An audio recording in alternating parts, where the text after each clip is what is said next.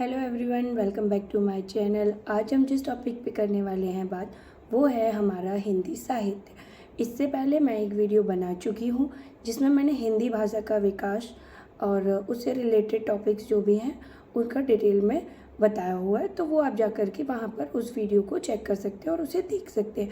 आज हम बात करेंगे हिंदी साहित्य की, क्योंकि अगर हम कोई भी एक कॉम्पिटिशन का एग्ज़ाम देने जाते हैं तो मुझे ऐसा लगता है कि वहाँ हिंदी आती है, और जिन सब्जेक्ट्स में हिंदी आती है वहाँ हमें रटने की ज़रूरत पड़ जाती है कि कौन सा कवि किस भक्ति किस काल से रिलेटेड है और कौन से कवि की कौन सी रचना है। आपकी इन्हीं सारी परेशानियों को दूर करने के लिए मैं आपके लिए ये वीडियो लेकर के आई हूँ। होपफुली ये आपके लिए यूज़फुल होगी, बट क्योंकि ये मेरे लिए यूज़फुल थी, मैंने किस तरीके से लर्न किए हैं वो मैं आपके साथ करना चाहती हूँ शेयर। तो प्लीज़ इसे लास्ट तक देखिए, ये आपके लिए 100% यूज़फुल होगी। अगर आप UP TET, UP super TET और सी टेट में तो इतना नहीं होता है, लेकिन हाँ फिर भी यूपी का कोई भी एग्ज़ाम हुआ, आप पुलिस का एग्ज़ाम हुआ, या बहुत सारे एग्ज़ाम्स होते हैं जिनमें हिंदी एज ए सब्जेक्ट आता है, उनमें साहित्य से रिलेटेड क्वेश्चंस आते हैं। तो मेरे इस वीडियो से आपके साहित्य के सारे क्वेश्चंस, सारे डाउट्स हो जाएंगे क्लियर। सो प्लीज़ लास्ट तक देखिए इस वीडियो को, and if you like this video then please subscribe my channel. Acharya Ramchandra Shukla के अनुसार जो हिंदी साहित्य था वो हमारा 4 भागों में विभाजित है। एक हमारा आदिकाल। आदिकाल जो है वो 1000 से 1350 ईस्वी तक का जो समय था वो हमारा आदिकाल का समय था। अगर हम अगले काल की बात करते हैं तो वो है हमारा भक्ति काल। भक्ति काल का जो टाइम पीरियड था वो था 1350 से 1650 ईस्वी तक। इसके बाद जो हमारा अगला काल आया वो था हमारा रीतिकाल।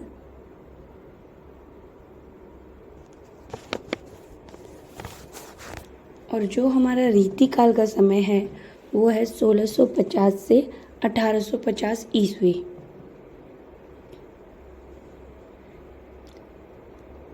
और सबसे लास्ट जो है वो हमारा आधुनिक काल। और ये जो हमारा आधुनिक काल है ये 1850 से अब तक चल रहा है हमारा आधुनिक काल। तो अब हम लिखेंगे आदिकाल, क्योंकि आदिकाल को हम बहुत सारे नामों से जानते हैं। तो चलिए देख लेते हैं वो कौन कौन से नाम हैं। सबसे पहला हमारा रहेगा चारण काल। अगला रहेगा वीरगाथा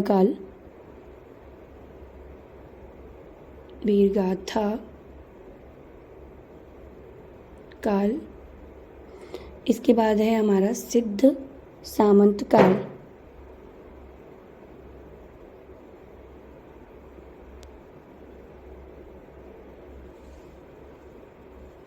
अब आदिकाल को आदिकाल का नाम किसने दिया? वो दिया हमारा हजारी प्रसाद द्विवेदी जी ने। हजारी प्रसाद द्विवेदी।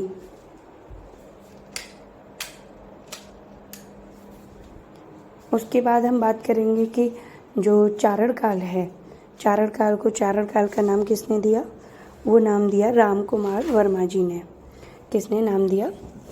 वो नाम दिया राम कुमार वर्मा।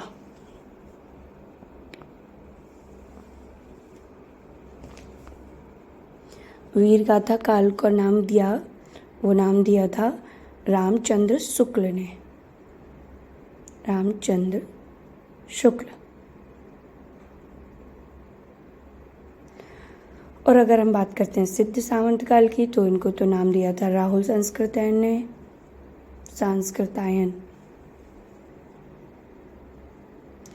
तो इस तरीके से जो आदिकाल के चारों नामों थे वो देख लिए हमने। आदिकाल जो है हजारी प्रसाद द्विवेदी ने दिया, चारण काल जो है राम कुमार वर्मा ने दिया, वीरगाथा काल रामचंद्र शुक्ल ने दिया, सिद्ध सामंत काल जो है वो राहुल सांस्कृतायन ने उसको नाम दिया। और आदि, ये हम जो पढ़ रहे हैं वो पढ़ रहे हैं हिंदी साहित्य। हिंदी साहित्य के चारों काल, आदिकाल, भक्तिकाल, रीतिकाल, आधुनिक काल। आदिकाल को किस नामों से जानते हैं? चारण काल, राम शुक्ल वर्मा, वीर गाथा काल, रामचंद्र शुक्ल, सिद्ध सामंत काल, राहुल संस्कृतायन।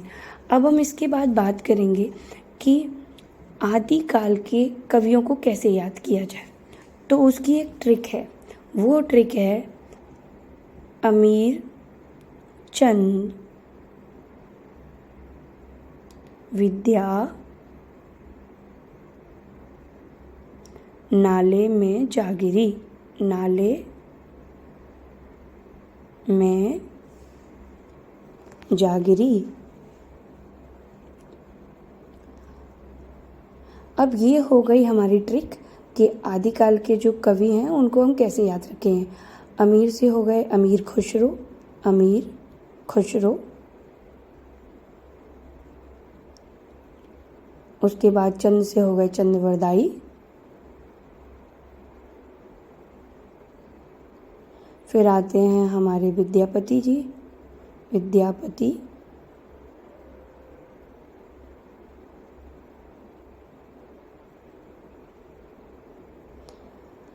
नाले से हो गए नरपति नाला।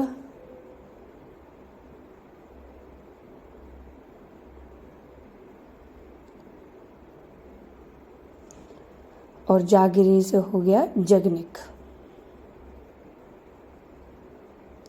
तो ये जो चारों थे, ये जो पांचों अब हमारे हो गए हैं, ये हैं हमारे 1 2 3 4 5, ये हमारे आदिकाल के कवि हैं। अमीर खुसरो, चंद्रवरदाई, विद्यापति, नरपति नाला और जगनिक।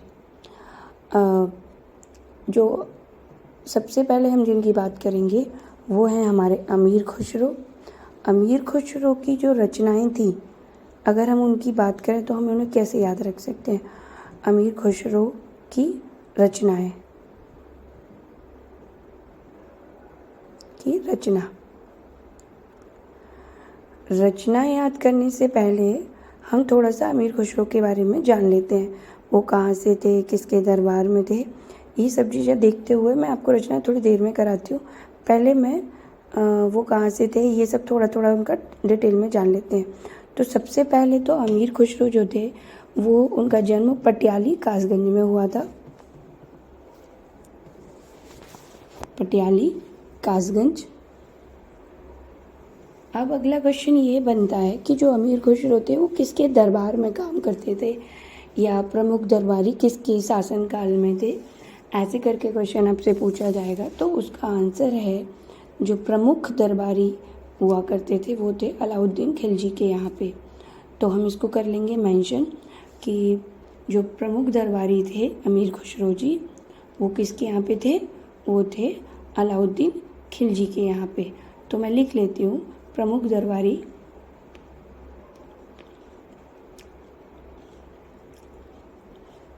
अलाउद्दीन खिलजी।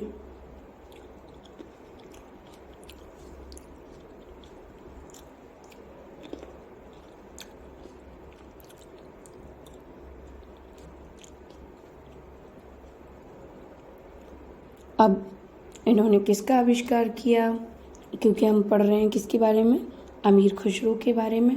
तो पहले तो थोड़ा सा इसे सेपरेट कर लेंगे ताकि कोई प्रॉब्लम ना हो आगे समझने में। तो ये हम अमीर खुसरो का डिस्क्रिप्शन पढ़ रहे हैं, डिटेल में पढ़ रहे हैं उनको। तो तबला, सितार, गज़ल,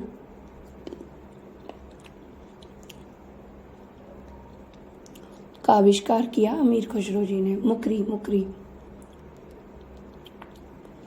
का आविष्कार किया अमीर खुसरो ने।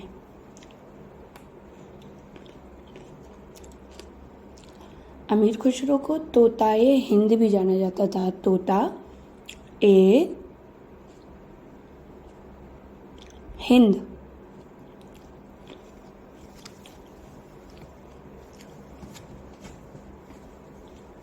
उसके बाद अमीर खुसरो जी जिस बोली का यूज़ करते थे वो थी खड़ी बोली। तो खड़ी बोली के ये पहले कवि हुआ करते थे, पहले कवि। तो अब हम अमीर खुसरो की जो रचनाएं हैं उनकी बात कर लेते हैं। तो उसकी भी एक ट्रिक होती है और वो ट्रिक है कली की हालत नाजुक है। कली की हालत नाजुक है।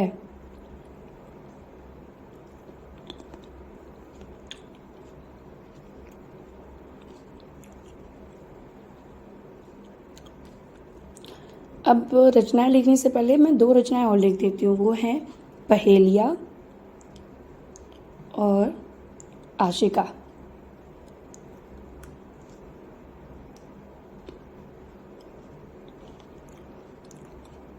खली से हो गया हमारा खलिकवारी, ख लिक वारी। हालत से हो जाएगा हालत ए कन्हैया। और नाजुक से हो जाएगा नजरानाए हिंद। नाजुक से हो जाएगा नजरानाए हिंद। अब हम बात करेंगे चंद्रवरदाई जी की। चंद्रवरदाई। अब अगर हम बात कर रहे हैं चंद्रवरदाई की तो हमें ये पता होना चाहिए कि ये वीर गाथा काल यानी कि आदिकाल के सर्वश्रेष्ठ कवि थे।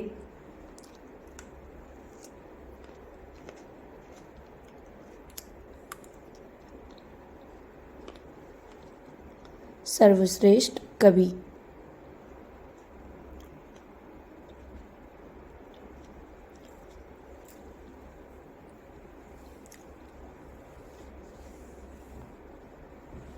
कवि।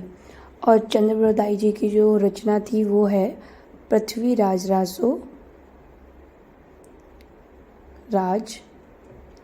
रासो। ये पहला महाकाव्य हुआ हिंदी साहित्य का। तो हम इसे मेंशन कर ले रहे हैं कि पहला महाकाव्य हिंदी साहित्य का।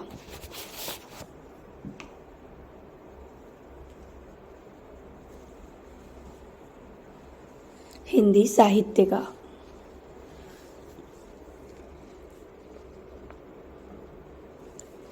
तो चंद्रवरदाई जी का जो था वो पृथ्वीराज रासो था। और अब हम बात करेंगे वो हैं विद्यापति। विद्यापति की 3 काव्य थे। तो एक था पदावली, एक था कीर्तिलता, दूसरा था कृतिक पताका। तो हम लिख ले रहे हैं पदावली, कीर्तिलता, कीर्ति पताका। कुछ लोग इसको याद कर लेते हैं पदलता पताका। तो पदावली, कीर्तिलता और पताका, इसे बोलते हैं कृति पताका। इसके बाद हम बात करेंगे वो करेंगे नरपति नाला। नरपति नाला। नरपति नाला का जो काव्य है वो है वसिल देव रासो। वसिल देव रासो। और ये एक प्रेम कथा है। वसिल देव रासो।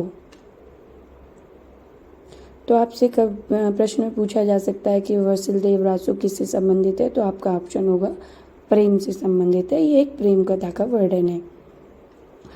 अगर हम बात करें अगले टर्म की तो वो है हमारा जगनिक। वो हैं हमारे जगनिक जी। जगनिक।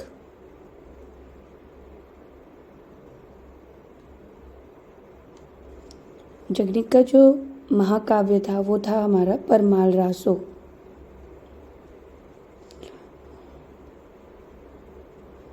और परमाल रासो में आला उदल का वर्णन किया गया है। आला उदल का वर्णन है।